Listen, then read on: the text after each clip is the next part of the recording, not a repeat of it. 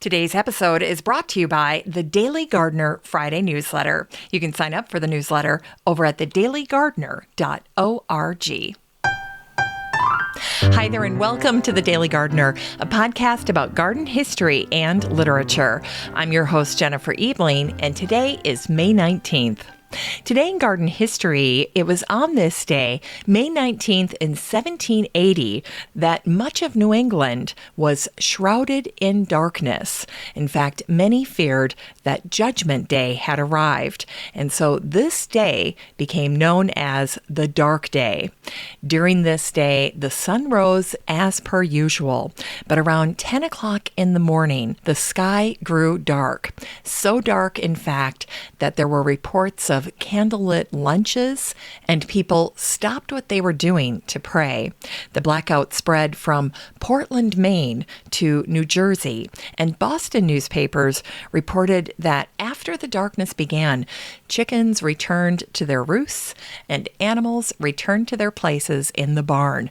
Even they knew that something odd was going on. General George Washington wrote about the dark day in his diary, and the nature poet John Greenleaf Whittier wrote about the event in a poem.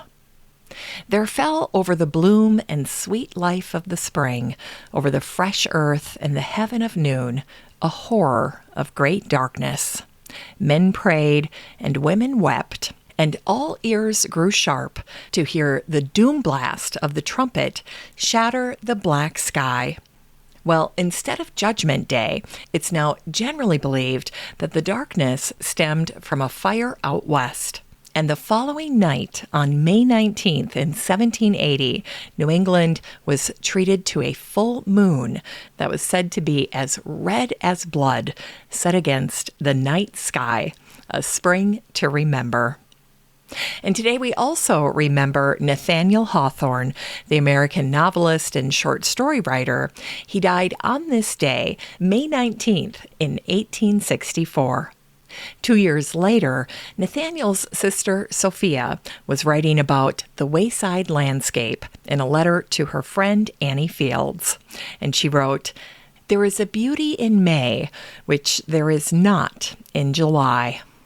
After these rains, the glory of tender and deep greens surpasses all words." And then I love what she wrote here. She writes, "The walks, the paths look so nice, and there is no knowing what enormity of sauciness the weeds will arrive at by July." And isn't that the truth? Those weeds come on quickly. Well, back in 1843, Nathaniel Hawthorne wrote a crazy short story that not many people know about today. The story was about a mad scientist who becomes obsessed about removing his wife Georgiana's birthmark. And so this scientist concocts a remedy for his wife's birthmark, and he creates this solution using the leaves of geraniums. Well, in the end, as his wife drinks this potion, her birthmark does fade away. But in the process, the mixture also kills her. And so she dies a perfect, unblemished woman. And that's the end of this little known and very bizarre short story by Nathaniel Hawthorne. And on a happier note, it was on this day, May 19th in 1906, that Country Life gave an update on the season of tulips. They wrote, "The writer regards the season of tulips as one of the brightest and happiest of the year. Daffodils still flutter in the wind. The first of the roses are bursting their buds, and the whole air is filled with the scent of wayside garden flowers. But it is the tulip that gives the color, splashes of crimson, scarlet, yellow, rose, white, and even black." And then they write, "A black tulip is a reality, and it's known as the Sultan. It belongs to the Darwin species, but we prefer the homely name of the May or cottage tulip. They have a weird, strange beauty, which is as fascinating as the clear crimson of the greatest of all tulips, Tulipa gesneriana major, which opens its big goblets to the sun and discloses a pool of inky blue at the base. A few years ago, tulips were seldom seen, but persistence has brought about a revolution, so much so that one greets the tulip with much the same affection as the daffodil, and we believe it was in the royal gardens at Kew that the Gesner and other tulips were first planted in large beds. So there you go, an update on tulip season from 1906. And isn't it interesting to think about how tulips were perceived compared to the daffodil a little over 100 years ago? And today we celebrate the birthday of Ruskin Bond, the Indian author of British descent, who was born on this day, May 19th, in 1934. Ruskin's novels The Room on the Roof and Our Trees Still Grow in Dara received critical acclaim, and he's written hundreds of short stories, essays, and books for children. In The Room on the Roof, Ruskin wrote, "I don't want to rot like mangoes at the end of the season, or burn out like the sun at the end of the day. I cannot live like the gardener, the cook, and the water carrier, doing the same task every day of my life. I want to be either somebody or nobody. I don't want to be anybody." And in Rain in the Mountains, Notes from the Himalayas, Ruskin wrote, "Yes, I'd love to have a garden of my own, spacious and full of everything that is fragrant and flowering. But if I don't succeed, never mind. I've still got the dream." And finally, in his book, A Book of Simple Living, Ruskin wrote, "Botanists have done their best to intimidate and confuse the nature lover. But we should not allow ourselves to be discouraged. We have as much right to the enjoyment of wildflowers as they. So I will disregard the botanist, and I will go looking for the pretty flower that I have named Merry Heart. It is always nodding and dancing in the breeze. It is a happy flower, deserving of a happy, light name." It's time to grow that garden library with today's book, The Modern Cottage Garden by Greg Lodes. This book came out in 2020, and the subtitle is A Fresh Approach to a Classic Style. This book is both practical and inspirational, and if you are a fan of cottage gardens, then this is a book that you will definitely want to have in your garden library. Now, personally, I love Greg's approach here because what he has done is come up with a blend between the new perennial movement and classic cottage style, and he's integrated both of those concepts into the looks that you see in real live gardens in this book.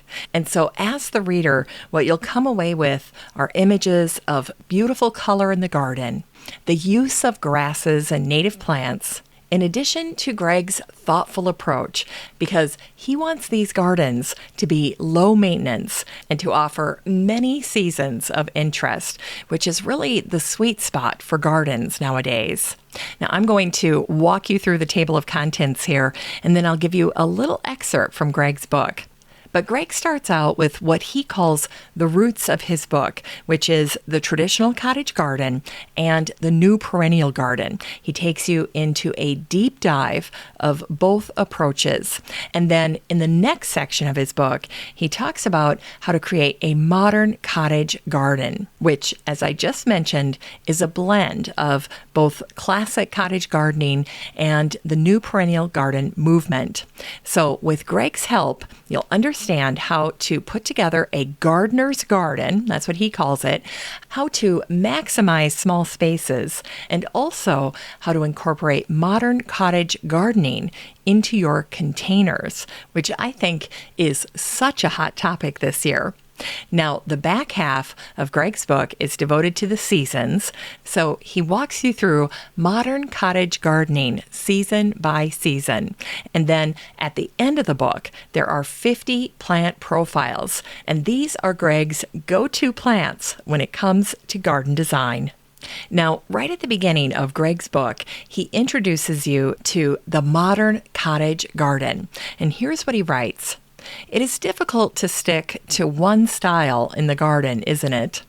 Maybe this is because plants are alive, and as they grow, we get attached to them.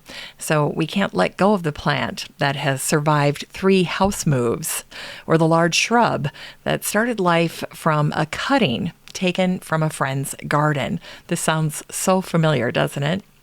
He writes, plants are memories. Plants can make us feel proud. Plants tell stories.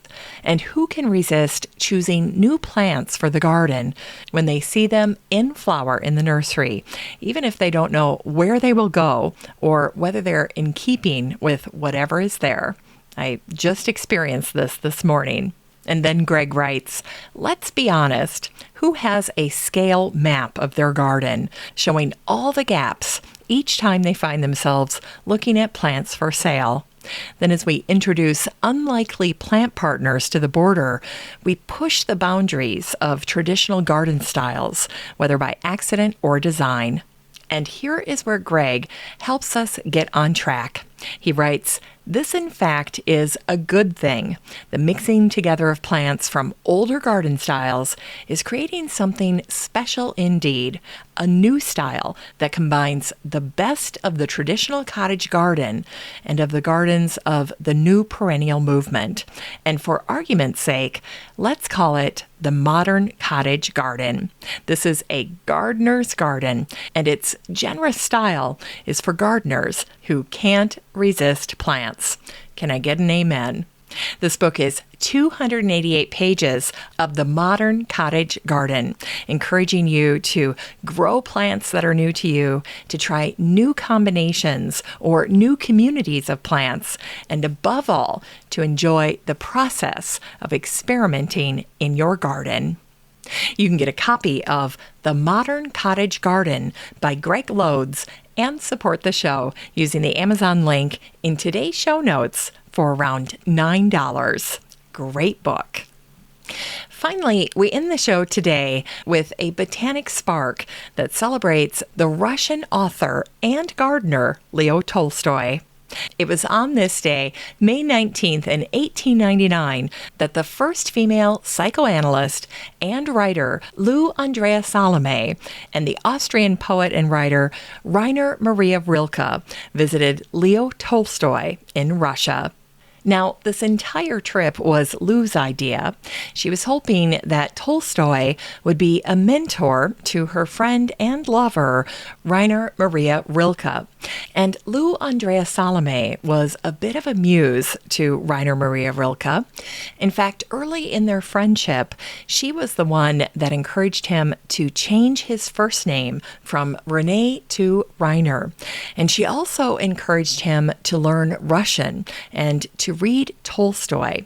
And so that sets the stage for their meeting on this day, May 19th in 1899, with Leo Tolstoy in his garden. And one account of this meeting goes like this. We no longer looked about us, but at him, absorbing this landscape, bending down from time to time to pluck forget-me-nots with a quick motion of his cupped hand, as if to snatch up the odor from the stem. He would then hold them close to his face and breathe them intensely, consume them, as it were, and then let them fall to the ground. Well, it seems Leo was more interested in his garden than becoming a mentor to Rainer Maria Rilke. But all was not lost. Rainer ended up falling in love with Russia, and for a brief period of time with Lou Andrea Salome. And it was during his time in Russia that Rainer wrote one of his masterpieces, a trilogy called The Book of Hours. Well, that's it for today's show. Thank you so much for listening to The Daily Gardener. And just a reminder that you have a standing invitation to join the free Facebook group for listeners of the show. The next time you're over at Facebook, just search for Daily Gardener Community, where you'd search for a friend and then request to join. And if you'd like more of The Daily Gardener, you can subscribe to the newsletter over at thedailygardener.org. And don't forget that you can also show your support for the show by using the Buy Me a Coffee link over at the website or in today's show notes. This is Jennifer Ebling. Thanks for listening to The Daily Gardener. And remember, for a happy, healthy life, garden every day.